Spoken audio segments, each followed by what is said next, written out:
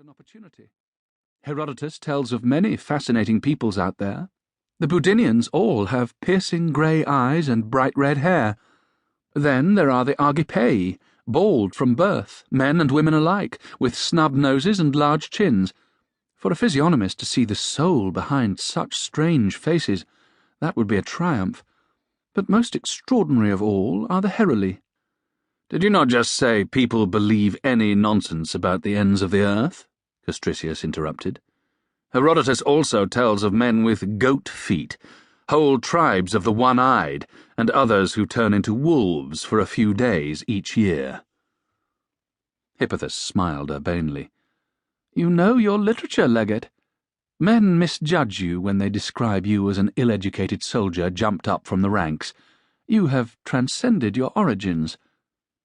Castricius's thin lips were pressed tight in his small mouth. Of course, the Greek continued, most such things may be travellers' tales and myths.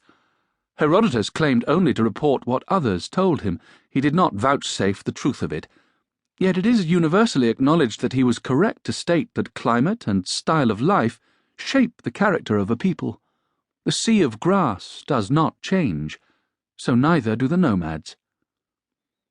The fifth man, who had neither spoken nor seemed to have been listening, turned inboard from the sea. He was a strikingly ugly older man, sparse tufts of hair on his great domed skull, a thin, peevish mouth. If Polybius discovered the real reason we have been sent, he had reason to run. At Calgacus's words, the others fell silent. Instinctively, they looked down the length of the warship. There was little privacy to be had on a trireme, especially one burdened with an extra 35 passengers on deck. The triarch and the helmsman were some paces away. The commander was talking earnestly to the latter. No one else was particularly near. If the men at the stern kept their voices down, they were unlikely to be overheard. Apart from us and the two eunuchs, no one knows, Ballista said. Calgacus snorted with derision. Shite, he muttered, perfectly audibly. Ballista sighed.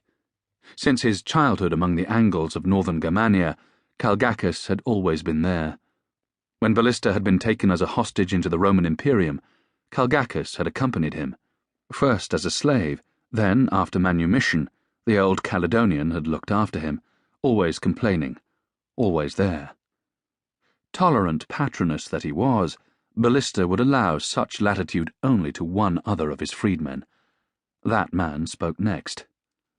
The old bastard is right, Maximus said. The whole boat knows. Eunuchs are like women, they love to gossip.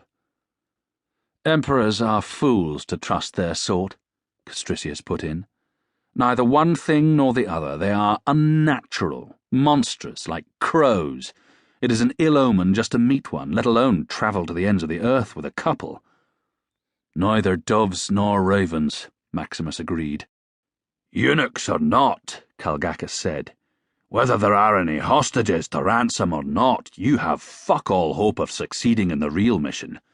You'll never persuade the Heruli to turn on their Gothic allies. They will take the Emperor's gold, little enough as it is, then slit our throats, turn our hides into cloaks, bow cases or some such shite, and no one in our great Emperor Gallienus's concilium will give a fuck. Not necessarily, Ballista said. Felix and Rutulus will have a worse time in the north trying to get the Grithungi to attack their fellow Gothic tribes, and Sabinillus and Zeno not much better in the west, getting the Carpi, Taifali, and Gepidae to fight any of the Goths. Good, said Calgacus. We can take comfort in them being as doomed as us. A whole range of men in imperial disfavour will have died serving the res publica. Of course, the donkey-fucking Heruli may not get the chance to kill us. We have to survive the Meote and the Uragundi Goths before we reach them.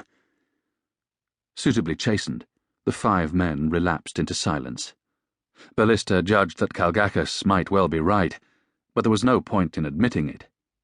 Of all the daunting imperial mandata Ballista had received from Gallienus and his predecessors, these orders gave him the worst feeling. The breeze was freshening, cresting the thick green waves. To keep listening to this audiobook, I've left you a link in the description so you can do it, at no cost thanks to Audible's 30-day free trial.